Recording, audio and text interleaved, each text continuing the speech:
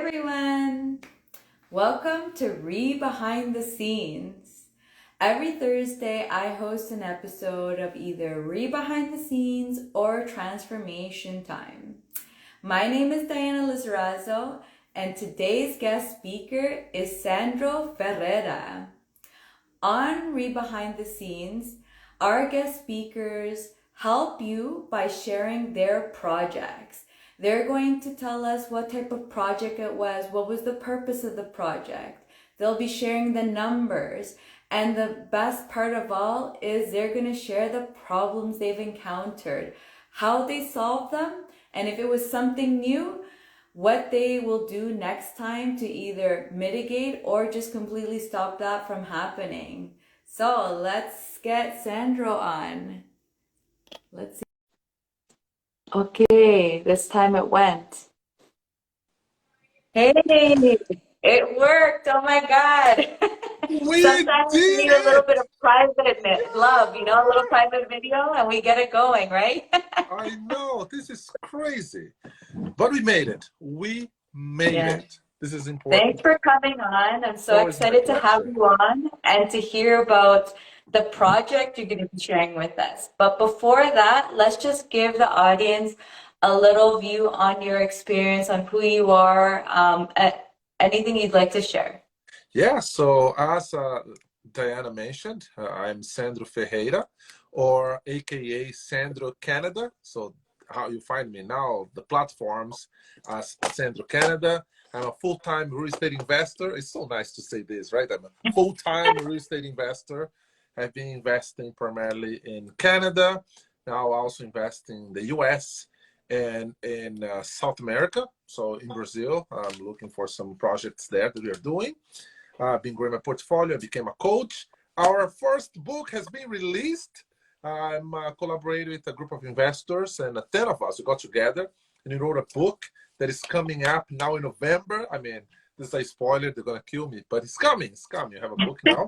So I can officially say that I'm a public speaker, author, coach, real estate investor. Yes. Awesome. Thanks for sharing, and we'll be excited to read your book and hear it. Yeah, I love it. I heard about it. It's like everyone has their stories and just sharing their experiences, so it's great. It'll be fun. It'll be definitely a fun read. So, what project will you be sharing with us today? Yeah, so I closed. So last time that we were here, I talked about the 20 units that I was closing in Ottawa. And that was a deal that took me, we put under contract in January, and it just closed right now in September. September. Yeah, so it just closed in September. So it took 9 long months. And the reason why it took so long and is because we were buying a property that the seller was severing the lot. Now, I've learned the hard way, so I know for next time. But the biggest challenge when you are buying a property that involves any severance is to understand the timelines of the city.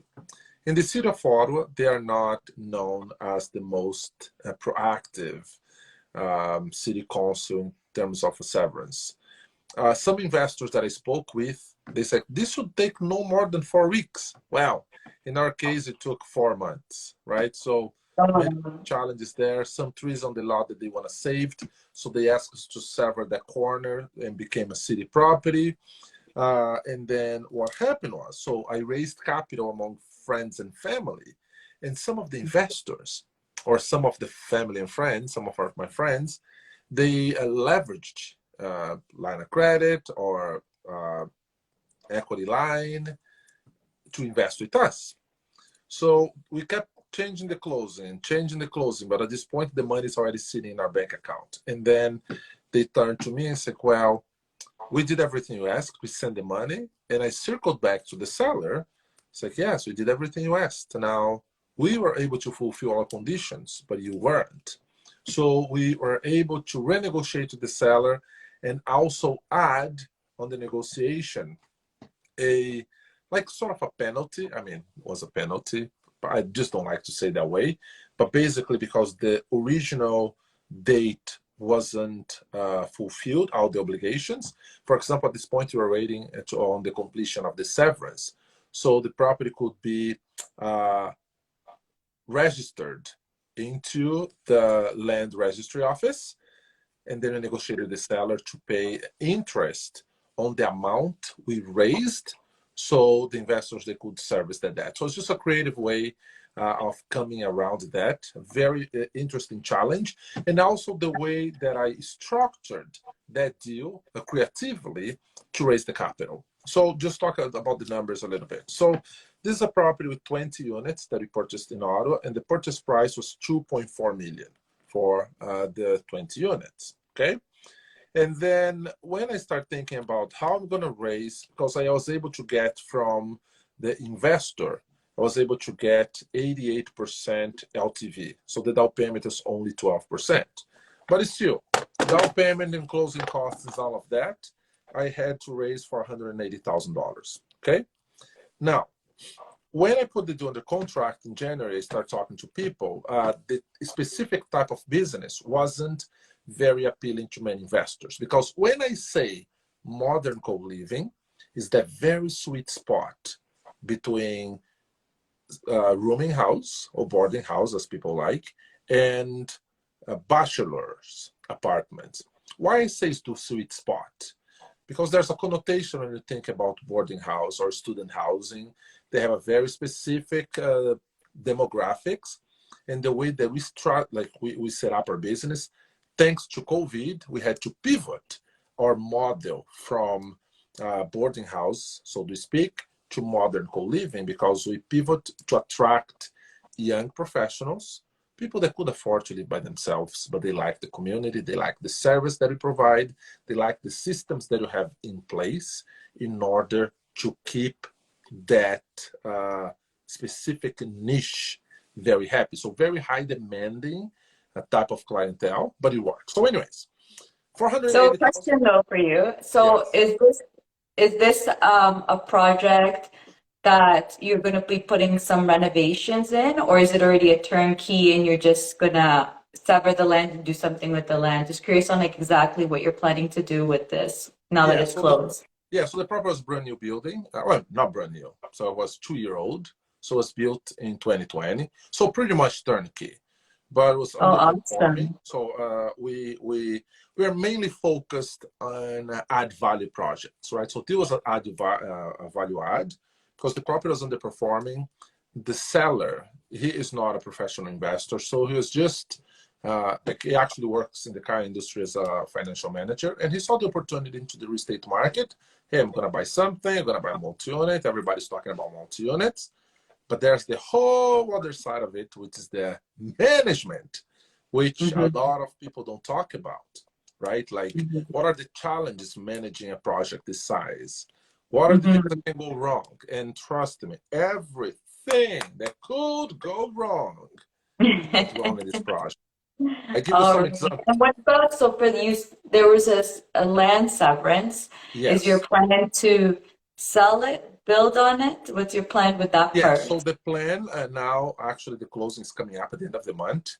And I need to start calling my friends, because I didn't raise all the capital for the land yet, because another project came along, but it's closing next week.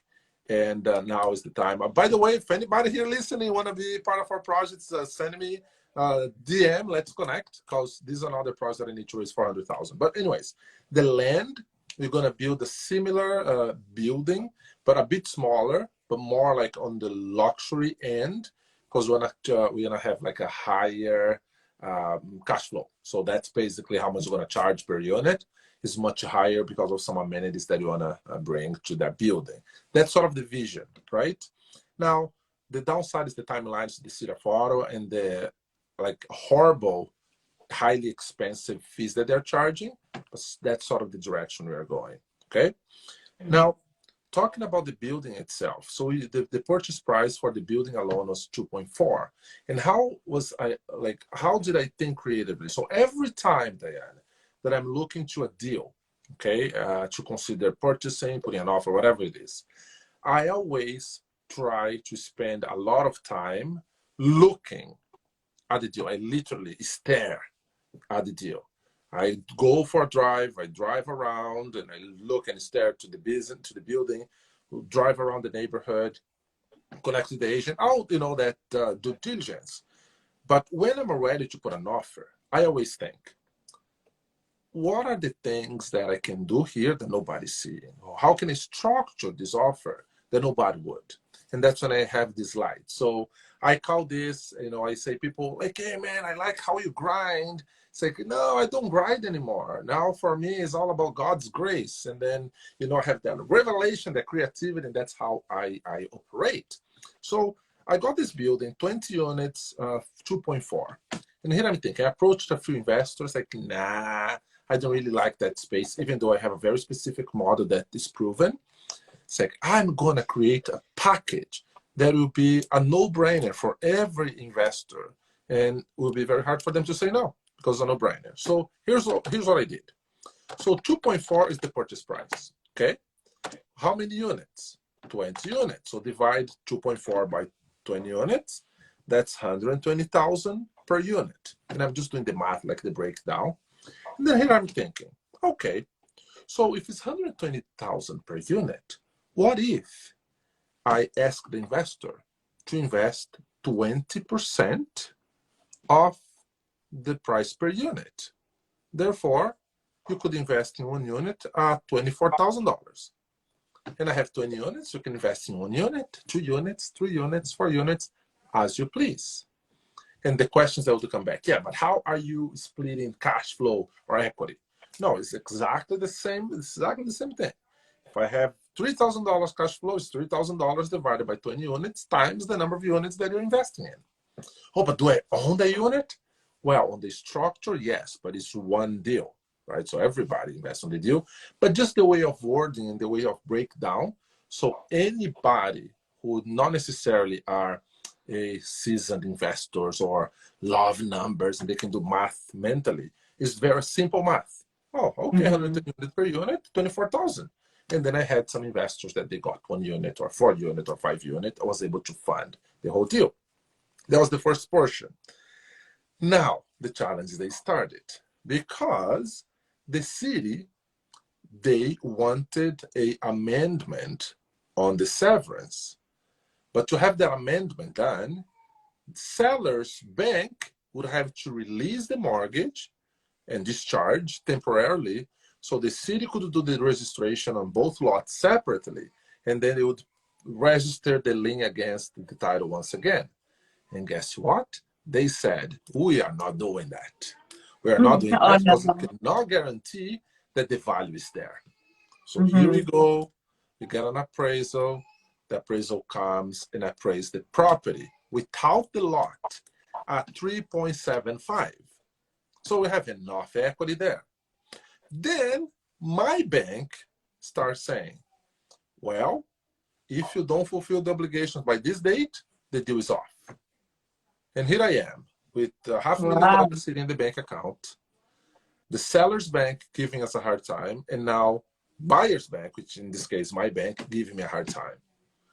And then I said, well, how am I going to resolve this? So let's go for the extension, get the lawyer involved. The lawyer speak to one side, the other side. Okay, the extension is granted for another month. It would be from May, jump to June, then jump to July. So this whole deal, we did a total of 16 amendments, just because of the dates and the changes. So anyways, long story short, when you send the last amendment, then some investors say, this for me is a red flag, too many issues, I'm out. Give my money back. You know what do? You got to do the right thing. Even though on the letter of intent, because I signed a letter of intent, at the beginning asked 10%, I was clearly stating that if you jump out of the deal, the 10% deposit, which was $2,400 per unit, is not refundable. People don't think about that. We don't want to do that. And again, I could totally retain the $2,400, but for the investors that decided to move on with their projects, hey, you know what? I do understand your position. Here is your money, and this is the right thing to do. Now, we solved that part. So then we circle back to the city. It's like, okay, the bank agreed and discharged the mortgage. So you can do the registration. My bank agreed into an extension. Then the seller decides to change lawyers. Then his lawyers start giving us also a hard time and asking all kinds of documents. We provide all the documents. Okay, is that part solved? Okay, solved. Then my lender, they changed some of their directors. The new director that came in looked to the deal, having that money sitting there waiting to be deployed because it's funding 2.1, so 2100, 2112. So anyway, so over 2100, the funding. It's like, no, I don't like the insurance. Let's revise the insurance. So I contacted the mortgage broker and he said, Sandro, I'm going to say this off the records. But now the bank, which wasn't the traditional A lenders, was like a B/C lender. It's like they run out of money and they don't have any capital until like July or August. So they're finding a way out. Because when I saw Sorry, the lender is? The lender? Yes. Wow. Oh, so you went on a private then, most likely. Is this a private lender? Oh, Well, wow. it was a MIC. It was a MIC. Oh, a MIC, but still, that's surprising to hear that. Well, because they like lend, and then the market changed, so they had all their capital, their capital were like compromised. So what was happening was they could not fund new projects because they had all their capital tied up, and then the interest rates start climbing. So then they said, hey, I have this over $2 million sitting here for Sandro's deal. I can take this money back or take out of this commitment and lend at much higher interest rates. No brainer, but I had a commitment. That's true too, yeah. And even like you said, the term, the amount of time the money's been sitting there, because it's been probably by then like what, 5 months, 4 or 5 months, and the extensions are happening. So that makes sense too. Yes. So I don't say necessarily run out of money, but the commitments that they had, they could get more money for what they could lend for. So then the other challenge starts, because now how do I deal with that? So now we're gonna do this, do that. Okay. Then they came to the insurance. We want to revise the insurance. We want a new term. So they asked for me to give the contact information of my insurance broker, and then my insurance broker calls me. Sandro, I am a broker for 30 years. I never seen this. This makes no sense. Like, what are you talking about? Well, one of their clauses, they are asking for earthquake coverage. And like, we are like, this is like the core, that this is Ottawa core. Historically, in the past 100 years, Ottawa never experienced a earthquake. And they're asking for earthquake coverage. So literally, my insurance, just by that, doubled in value. And then I go back to the mortgage brokers, like, listen, I want to fight this. Like, this is what they want. They want a reason for you to come back and fight so they can say, okay, the deal is off. Go back at the board and look into the numbers, and then, okay, that's, I say this to people every time. Don't get emotional, guys. Don't get emotional. But at this point, it's very hard to do what we say, because you already put so much effort. And I say, man, it doesn't matter how much effort you put it. Always be ready to walk away. I didn't, because there's so many things at stake, and it was an amazing deal. But then what did I do? I came back to my management team, said, guys, are you guys willing to work for free for a period of time? But then here's what we're going to do. So then you have to get creative again, right? Because I had one investor that he had 3 positions or 3 units, whatever you call. So 24,000 times 3, that's like 72,000 that I had just to give back to that investor. So then I came back to my team and I proposed, what if instead of charged management fee right now, we just mitigate this period of time because of interest rate changed and this crazy insurance changed. So we have time to go after a more traditional, for example, CMHC, why not?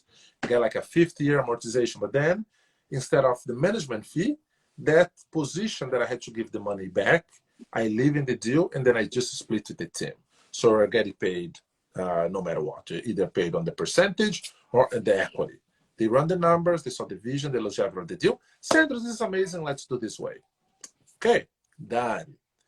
But the problems didn't end there. I still had another problem there.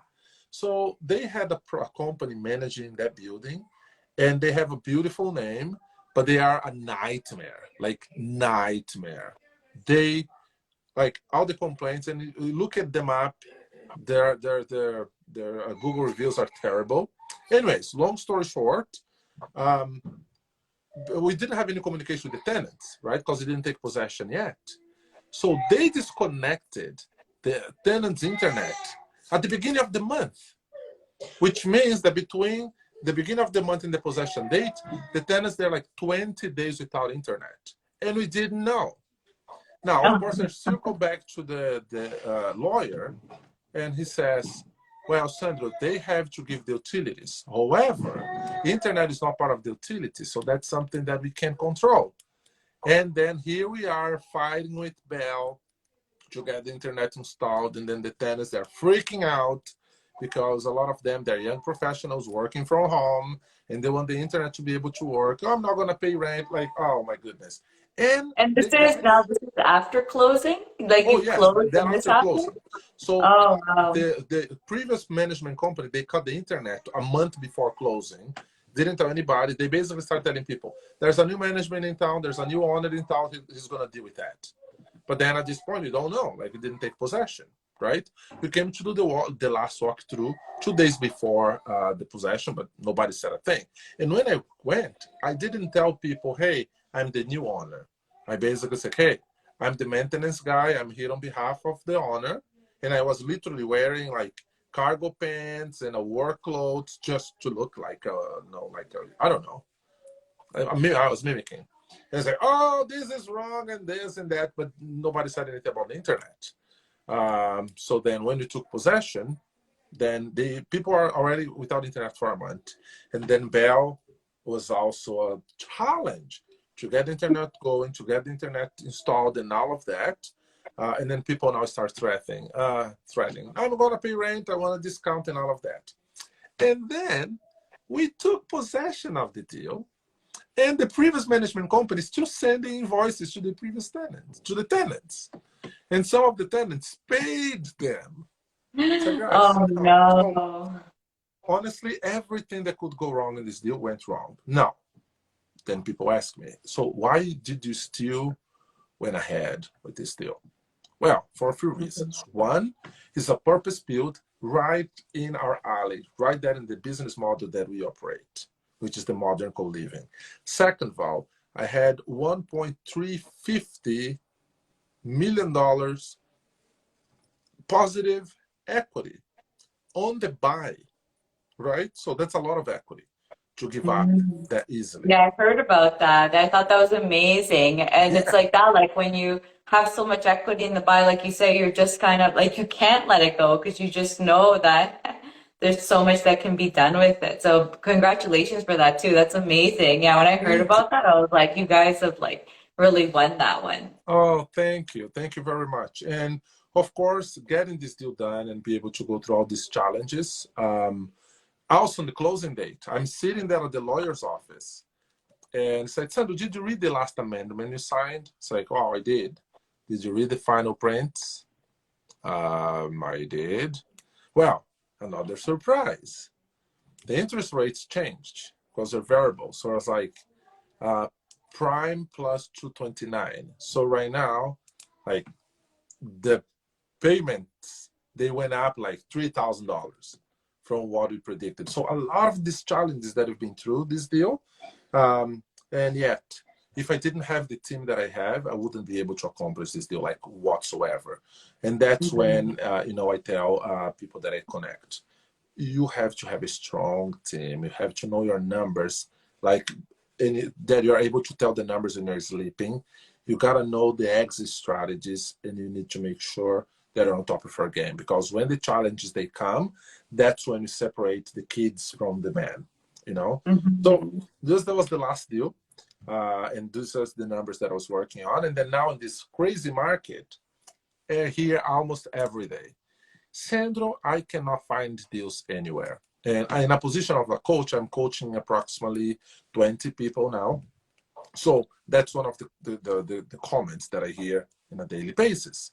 And yet I have 4 phenomenal deals under contract right now, right in auto, which is a very expensive market.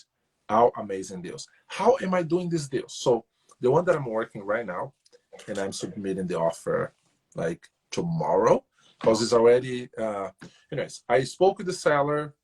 We have a verbal agreement, like agreement or a commitment. Now everything that we discussed and he agreed on the napkin. Now I'm putting on paper to submit so it can get it signed. I'm buying a property in Ottawa Core, so I cannot release the neighborhood yet because I'm still signing tomorrow in case he's watching. But this one we are doing, so it's a $2.4 million, sorry, $2.5 million purchase as well. And this one is a fourplex, which is like, Sandro paying 2.4 million, 2.5 in a fourplex? Yes, because it's like prime location in Ottawa. To give perspective, you can literally go walking from the property to Lansdowne, which is like where you have the Red Blacks from the CFL team that plays. Like, amazing location. Anyways, I came across this deal and was discussing and said, man, how I'm gonna make. Oh, you went, you're muted. I think you may have something, a call coming in because I can't hear you. Hello? Oh, can you hear me? No, Hello? yeah. Yeah. I can So hear you now. how can I make this work? Right? How can I make this deal work with these numbers? And then I decided to say, I can do agreement for sale. So I found the best professional in Canada that is specialized in agreement for sale. And then I called them. It's like, do you guys do any workshops? Yes, we actually have a workshop happening. So I get into the airplane, fly to Edmonton, spend the whole weekend there. Actually, it wasn't the weekend. It was like from 8 a.m. to like 11 p.m. workshop. It's like a lot of hours. But anyways, I flew to Edmonton just for their workshop to understand how do I do it. And then they gave me this enormous book of like templates and all these strategies to make agreement for sale work. I come back, To make what work, sorry? agreement for sale. Mm. Okay. So then now I'm staring at the And deal. Like, this is for the Ottawa one? this for the auto one, yes. So do you remember I said in the beginning that I stare at the deal and I was literally staring at the deal? It's like, how can I create a win-win scenario here that I can still get this deal done? And then when I look the numbers, like, man, I have to raise a lot of capital. Like I'm talking about 800,000. It's like, well, I'm raising 400,000 for the land. I need my friends to come forth because it's an amazing piece of land. I'm not going to raise another 800. And then the light came. And this is how I structured the deal. So purchase price 2.5. So I came back to the seller. I said, what if I pay you 2.7? Like, oh, yes, of course. Why would you do that in this market? And I tell you why. His current interest rate, he's paying 2.42. Okay. And his mortgage is 1.3. So then I'm thinking, well, and so he's struggling because he's getting offers at 1.8, 1.9, because people do the math. It's like the numbers only work with the current interest rates at these numbers. Like, I'm not going to sell for this number.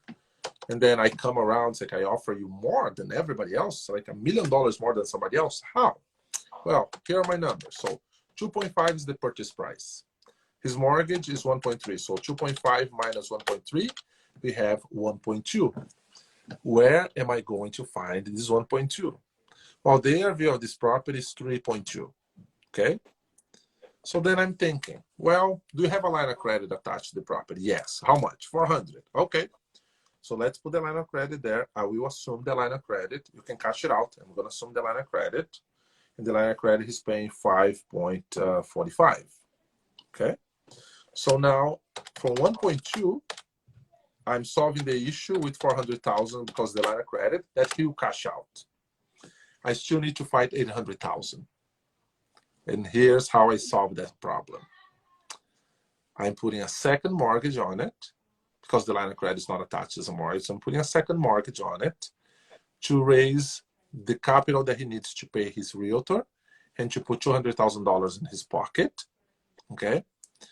And then the remaining, so let's do the math here. So I need 200,000 to pay to the seller, and I need another 200,000 to pay realtors, acquisition fee because I need to get paid.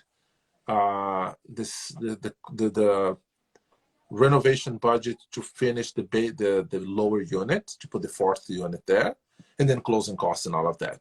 So I need an extra 400,000, right? So again, 2.7 is the number, okay? Because my offer is 2.7.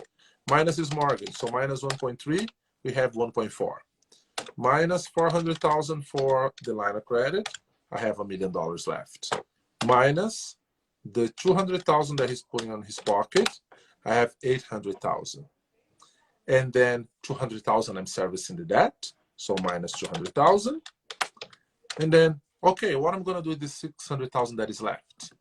I'm giving a VTB for 4.5 years, 0 interest, no payment, payable at the end as a balloon payment. And I presented that to the seller, said, this is amazing. Okay, done. So you're signing this tomorrow. So this is what I call creativity on steroids, because I'm literally buying a piece of property that is worth $3.2 million for 2.7. It's still getting paid. Actually, instead of putting money on the deal, I'm getting paid to get the deal done. And the cash flow that the property is already generating will service all this debt. So then, of course, property appreciation, mortgage pay down. By the time of his mortgage is up, because agreement for sale, he stays on title. So and this is a strategy that I also created. So he stays on title, he still pays the mortgage, but we're going to go to the bank, going to open a joint account. So he sees the money going in when we deposit the money. I see the money going out to the mortgage, so there's no issues there.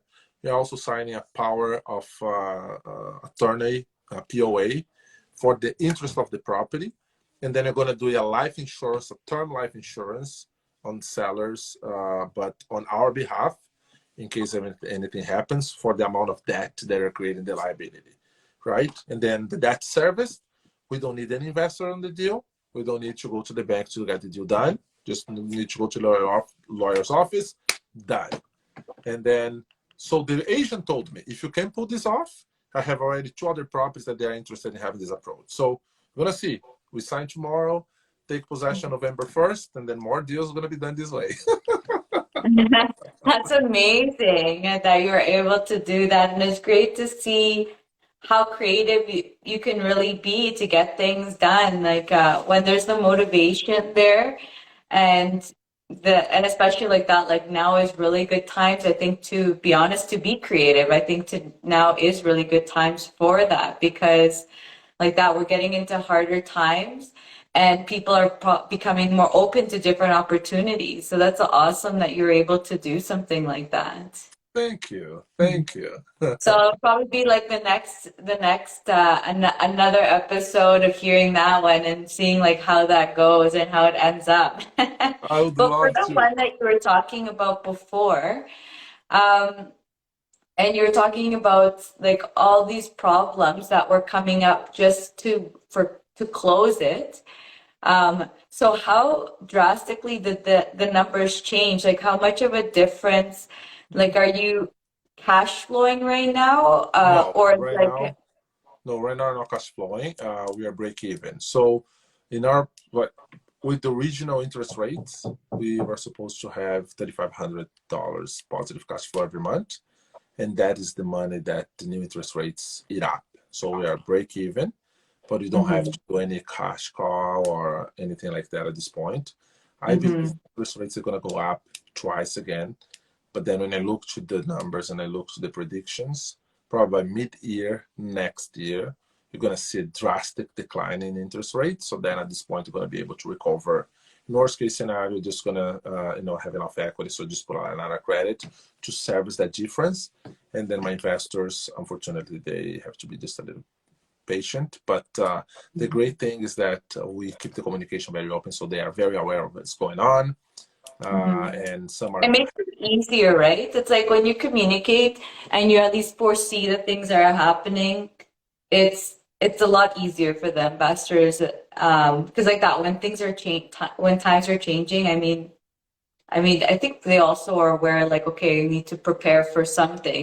But at least it's like you're telling them beforehand instead of after the fact. Is usually a better approach, right? yes, So yes. you're doing variable with yours. You're doing variable. Well, so this one, yeah. So they changed last minute. That's the amendment that was sent, and I didn't. It literally, because I was so concerned about getting it done and getting the severance complete, and the other bank saying no, and like this fight's happening. So you get Mm-hmm. this thing, and you don't notice until it's bleeding, right? That's literally what happened. Mm-hmm. It's like, and And they like saw, you said, I think because a lot of, because even I'm noticing, I mean, I'm a private lender, but I do notice that a lot of private lenders, it's the fear, right, that's coming out. And so, yeah, it's very interesting because now I guess they're wanting to do variables. So at least, that, they're like their investors are not losing money too, right? It's like if something goes up, okay, like everyone's getting impacted. And it's like sad, but it's like either you do that, or it's like you're getting super high interest rates on a fixed rate. It's like one yes, or the other is going to happen. yes, Just because like everyone has to be making money, like private lenders aren't going to lend for the fun of it. Like they're in the process of a business too, right? But how come, I'm curious, how come you guys went private if it was a turnkey property? well, Like, why not go to a bank or another institution, like well, a B for lender? yeah, for many reasons. So number one was an underperforming property, like underperforming, like big time. Issue number one. Issue number two, the seller didn't have the finances in order. So we started the process with an A lender. It's like, okay, send me the last 12 months of this and that, like nowhere to be found, right? So it's literally, and people are like, Sandro, are you crazy? And buy something like without knowing the numbers? Like, well, this is my area of expertise. So even on the worst case scenario, our challenge was to stabilize. But I know what to expect moving forward. I know where I can bring this business. And then and that's the difference when we're talking about projections, because some people they uh, base their projections in crazy dreaming numbers. We we establish our projections based on the track record. So, for example, in one of the units, well, the guy was the seller, the previous seller was renting for 600 nights, so 690, and I know I can bring to 850 that unit alone, right? So then using the Mhm. approach, yeah, it's gonna take me a little bit of time. Then I have like a big cleanup, changing tenants. One of the tenants, the guy was like some neurological issues there. The guy was collecting stool, just to give like perspective of how bad it was, right? Mhm. The property management company, they didn't care. Are you paying rent? You're in. And then you Mhm. bring all kinds of people, and that's what brings the connotation to this specific business model. It's like, no, you want a people that can pay even more elsewhere because you're not like by any means you're not the least expensive. Actually, we are considered very pricey. But then Mhm. how come, even though that we are pricier than our competitors, I have a waiting list? Well, I have a Mhm. waiting list because we created processes. So I have processes in place where I have a lead generation. We get like qualified, ready to go 20 leads every single day of the year, right? For So the tenants you're talking about, you're talking about tenants right now, right? for tenants, yes. Yeah, okay. Talking about tenants, right? So And you then, guys yourselves are managing the property? yes. So what I've done, because I have I have my weaknesses. What are my pain points? One, I can't deal with tenants. Like I just can't. Is beyond my. I'm too soft on that matter. If a tenant comes and tells me a sad story, I'm gonna sit and cry with them. So I can't. Mhm. Then I put together a team where in our team, each one of us, we do in the business what we like the most. So I like this: talking to people, talking to investors, finding the deals, underwriting the deals. Once the deal is done, then I pass over to my team, and then my two partners. One she does all the finances, all the bookkeeping, the hard part, communication with tenants, issuing the payments and all of that. And my other partner, she takes care of the daycare. And then she's the one that deals with the tenants and the issues and the shenanigans. And go and ask her to raise capital. She will freak out. But that's what we sell. No, and that's a great point that you make that I want to reiterate is that when you are putting a team together, it's exactly what you're saying. You want to have people doing stuff that they enjoy and also like you're saying complementing each other, right? So like that there's one person that does one thing very well, the rest probably not, then you want another team member to take over that actually enjoys it too, because it is important, like, and that's the purpose of the team. You want all of them to use their strengths so you pull together and just become like a powerhouse team. Absolutely. Oh, it went silent again. Some other investors, they start asking me, would you guys manage my property? And then every time that somebody asks me this question, then I bring to the team, so this property came across, this is the location, does attend our niche market. It does, we take it on. If it doesn't, if the property will not service our niche market, it can be the nicest property, we're not going to take along because we want to make sure that you can keep having this investors list that are, they like us, they like our processes, to the point they can give a hint. Okay, one of the things. So how am I able to manage a property like that in Excel? So one of the properties with a similar model, we start having, because again, modern co-living means shared economy. Shared economy means sharing things. So they have their bedrooms, they have their units, but they share common areas, including bathrooms. How can I attract a high level of tenants in this specific model while having a process in place? So when somebody comes on our properties, it's like, okay, here is the list of things that we do here. And if you're okay with that, you're going to sign. We are going to sign. You're going to abide by them. So for example, some of our properties, they are mixed people. So you have mixed in the sense you have men, like male, female, right? And then if a guy goes use the washroom, take a shower, and it's hairy, and then usually there's hair everywhere. Well, what did we do to solve that problem? We had a meeting with everybody. We created a group with everybody's connected to the owners, the managers, the tenants. And then if I live there, and I go and I use the washroom and I take a shower, I have the obligation to clean up the shower and the sink. I snap a picture and I post in the group. So it's annoying, but it's a way to keep the hygiene quality or standards into the property. And everybody's abides to. In the beginning, people are like, yeah, this is weird, but everybody loves it because there's like a better maintenance on the property, on the project, right? Like little things like that, or any special dates, because a lot of people, they don't have their family in town. So what do we do? Well, we throw a party, like, Christmas or Easter, not a party, but let's do a dinner, and then you're gonna cook together. Or when the summer is coming, do like a big Brazilian barbecue to get the tenants involved and integrated. Things like that you don't see out there. And our motto as a company on the management side is like, this is not just business, it's personal. That's exactly what we tell people, because we take personally, right? That differentiates us from our competition. And then people are like, oh my goodness, you guys are amazing. And then the referrals come, and then we have, if I had 3 properties exactly like that, side by side, I would be full up in 2 weeks. Like I haven't had, so we started this model in 2018. We have 0 vacancies since then, through our pandemic and everything, right? So those little things that help us to grow. And oh my That's goodness, awesome.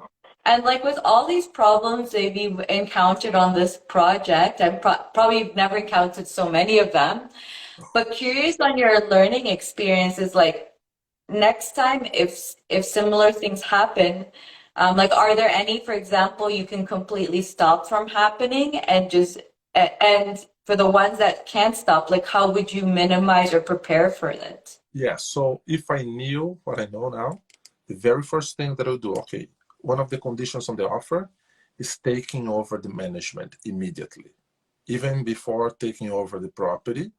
It's like, no, I know you have a property management company. I'm a buyer, conditional to da da da da da, and taking over management.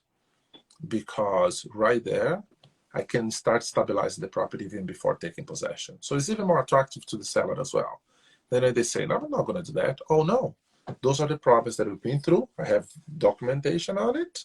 I'm not going to do that. So if you want to sell your property to me and I'm the right buyer, I'm taking possession of the management right away. Number one. Number two, if I'm buying property again that they're going through severance project, okay, complete the severance and then you come back here to talk again. I'm not going to put an offer and have accepted and my deposit sitting there trapped. And I know this can take, oh, it's 4 weeks. No, it's not. It took me 4 months just for the portion, right? Mhm. Also on the investor side, I offered too much to my investors before the appraisal. I would offer much less if I knew, but part of the learning process, right? Mhm. That's awesome, though. Any other ones, or these are the main ones? Those are the main ones because all the problems, if I had the management in check and I was able to stabilize the property, then I wouldn't have a problems with the lenders that I had. I would probably be able to even continue with the same lender. If I knew, I would do an agreement for sale then. Because the lender, like the previous owner, he was paying much. Because I approached him with a VTB approach. He's like, no, I'm not going to do a VTB. But I should have. Like, that would be a perfect deal for agreement for sale. Like, perfect. But I didn't know. Mhm. And that's when going through the challenges and going through the hard times, you have to figure it out. And that's when I went to seek education. And I went to learn from the best in the country that talks about agreement for sale. So right now I came back and I'm already structuring deals where everybody's freaking out. They cannot get deals done, they cannot find offers. I'm already buying other properties in the same region, which are way more attractive, right? Mhm. Yes, which now I'm looking to another property with a similar business model, twice as much. But now I'm in a position to write a way more creative approach because of all the problems that I endured in buying this one. Mhm. And that's another great point. Some people will see problems and run away from them. Like once they're done, like you go through the problem and you're like, I'm never going through that again and just leave it. But if it's like you actually learn from it, the amount of learning that comes from it is just amazing Yeah. because like that, like I feel like any next project, it's like impossible for that to happen because it's so impactful and so stressful that you're just like you're going to make sure that you're getting like now your new ducks in a row to say, like, okay, this situation specifically will never happen again, or you minimize and reduce it so that Yeah. like you're able to deal with it, because sometimes like that, there's some things that you'll never be able to get rid of, but for sure, at least you handle it better and you minimize the stress or the problem that it can be because you've already gone through it and you just know how to take care of a situation that way. Yes, absolutely. The one thing that I've learned through this process, we have two options. We either uh, walk like or move forward, step forward into growth, or step back into comfort. Mhm. And my why is too big for me to stay on the comfort zone. You know what I mean? Because I'm building wealth with purpose, and the purpose is to build things that will outlive me, that will leave a legacy that 100%. So, Completely agree. And it's just a shame, I would say, even like all this knowledge you gather and learn and not taking advantage of it. Like, I feel like you go through the problems, you have your competitive edge, like now you know how to deal with those kind of situations. It's like a very unique situation. I find it really funny that you went through a unique situation because so did I. One of mine, I went through a really unique situation. but you learn so much from it. And it's like almost like, I don't know, I feel like the same with you, but you become very thankful because it's just Yeah. like, wow, I don't think like this was such a very strange and unique situation that you feel like you can conquer anything now. You know, Yeah. you're just like, can it Yes. even get worse? Like maybe. I don't think so though. You know, like you just feel like you just know so much that you're just kind of like, oh my God, I can take over the world now, you know? And it's like a shame for those that stop themselves because Yeah. it's just like the power and the knowledge that you have now is just amazing from that learning experience. Yes. Yes. And gives me the opportunity not just to keep taking risks, but now, oh, anything simpler than that just seems too easy. It gets boring. You know what I mean? Hmm. Like it's weird because now I want to like bigger challenges and I want to keep awake at night. And I mean, not that I want to because No, but I know what you mean because even like that, for example, like you have a property that just has so much equity in it. yeah, And it's also like that, like all these problems came, but it paid off because you have all the equity. Because I had a similar situation. Like I had so many problems on a flip go, like so many things happened that I just never expected. But from the sale, like the rewards were amazing, you know, and it was just like there were some things that that I did mitigate and I kind of expect like if problems happen and you kind of put that into the price. But like it was super stressful, and I'm sure same thing with you, super stressful, but super rewarding because you did your numbers, you know, you figured it out and you got it done and like you got the rewards out of yeah, it. yes. So more projects coming on the pipeline, more growth to happen. And that's why I feel confident now that I can move into the US and move into South America. A friend of mine, he's been following me. He lives in Switzerland for 12 years. Like, are you open to do deals here? Yes, let's talk. I mean, of course, I'm very focused. So I listen to everything that comes to my table. And then things that are not in alignment with my purpose and my goals, I say, okay, I'm not saying no. I'm just saying not now until I get the Mhm. rolling in place. Because man, it's not a sprint. This is a marathon, and I have to remind Mhm. myself every single day that sometimes like it's quitting my job. It's like, oh, I don't have that cushion anymore. The money come. How I'm gonna survive? Well, I'm gonna be fine because I figured it out. And that's what keeps me Mhm. motivated. Awesome. Thanks so much for sharing your project. I'm sure Yeah. everyone got a lot of value from it. And So hopefully we get to hear about your future projects and yeah, another episodes. and I appreciate very much for giving me the platform in your amazing podcast to share my story. If anyone here want to connect with me, you can go to any of the platforms, LinkedIn, Instagram, TikTok, Facebook, and you do /Sandro Canada, so Sandro Canada, and you're gonna find me. Mr. Bultai will be there to connect you guys. Let's connect. Guys, I have this piece of land that I'm closing next week, 400,000. If you have that money sitting there, want to invest in an amazing project in Ottawa, please send me a DM. I mean, I'm sorry, Diana, I had to do this. And he also means friends and family, unless if you're Yes, accredited investors. yes. No, Just putting that friends and out there. family only. But awesome, yeah, thank you so much. So yeah, if you guys like what you hear from Sandro, definitely follow him. If you like the shows that I provide and you like the value I bring, and if you're not already following me, definitely follow me too. Thank you, Sandro. Bye, I see you at the everyone. top. Bye. Bye.